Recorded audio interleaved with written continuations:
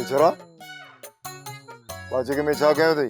Ration खणी आयो आहियां बाबा, राशन पूरे महीने जो राशन आ, चमचन जी दुआ सां। इएं समझो थई जा महीने जो राशन? अड़े तुझे खीसे में ते टक्को बि कोन हूंदो आ, पैसा किथां अथई?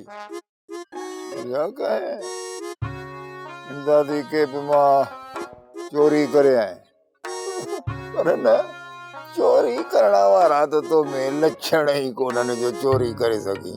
ये पुट कारनामा कया असां हीअं जो भित के घाट हणंदासीं त बिंब फाड़े छॾींदा हुआसीं, घर में गिड़ी बि कोन छॾींदा हुआसीं। ये कारनामा असां कया पुट, तव्हां जहिड़ा बाड़िया छा कंदा?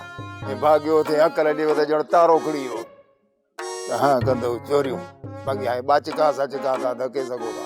बाबा मूं चोरी बोरी कान्हे कई, वो रोड ते न टेंटू हयूं अथनि, टेंटू कैंपू लॻियूं पयूं अथई, कैंपू हुते ॿिया था विरहाइनि।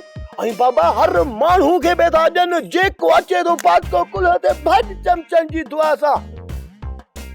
बाबा पर हिकिड़ी ॻाल्हि ॿुध, तूं न वञा कॾहिं बोॾहीं, बोड वारनि जा 2-3 पोढ़ा लुढ़ी विया अथई पाणीअ में।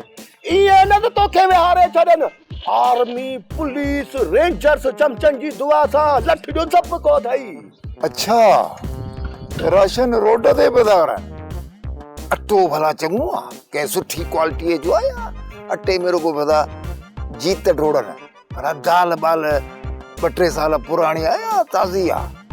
किथे हूंदी ताज़ी? माल खाई आशो था गेह जे बदिरां इहो ग्रीस ठोकींदा हूंदा। बाबा हेॾे बाहूं थो ॿधाए, इन्हे पासे ॾांहुं न वञा, कॾहिं बि न वञा। एॾा परू ऐं सुल्तान कुहाड़ू खयूं वतन था गोलींदा, अलाए कंहिंखे, अलाए को झेड़े जो प्रोग्राम अथनि, अलाए छा। चमचन जी दुआ सां बाबा, बाबा हेॾे तूं न वञा, न तूं हिते घर में सुतो पियो। अड़े हाणे घणो आहे तूं न हणो, पर उहे सुल्तान एॾा मुड़स माण्हू थी विया आहिनि, माण्हू मारी था, हे जेके कब्रस्तान उन्हनि भरिया आहिनि। तूं हाणे हीअं कर, चुपचाप में ही बाचुको खणी हली अंदर कोठे में लिका, कंहिंखे बि ख़बर न पए, ॻोठारनि खे न ख़बर पई। गाॾा भरे इमदादी कैंप ते बीहंदई, कंहिंखे ॿुधाइजां बि न, मां बि कंहिं कैंप जो ॾियां थो पासो, सम्झी? जो कटो रखी वरी कंहिं 3 कैंप जो पासो, रोज़ 2-3 बाचिका धक तो को साल 2 खाऊं, सम्झी? बुकर अचण वारो पुट 8000 बोरी थींदई, 8000 हिन साल। ॿुधी हाणे हल हल वठा बाबा, वठा वतन घणो तक अस्ते जेल में फिरी वञई। हाज़ुर बाबा हाज़ुर, तोखे मां खारा फारे विझाई। हल हाणी चमचन जी दुआ सां केॾो वतन आ।